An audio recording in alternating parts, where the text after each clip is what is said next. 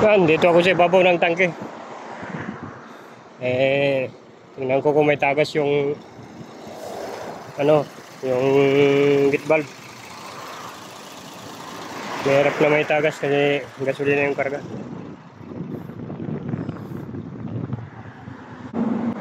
So, yan. Ang ganda ng truck nila, oh. Yan. Oh.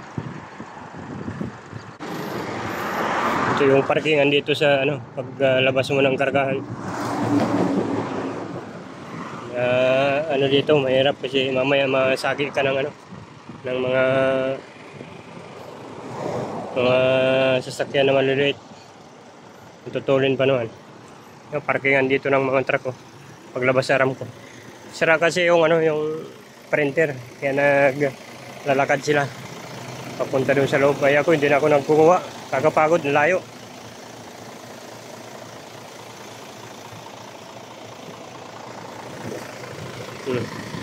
Truck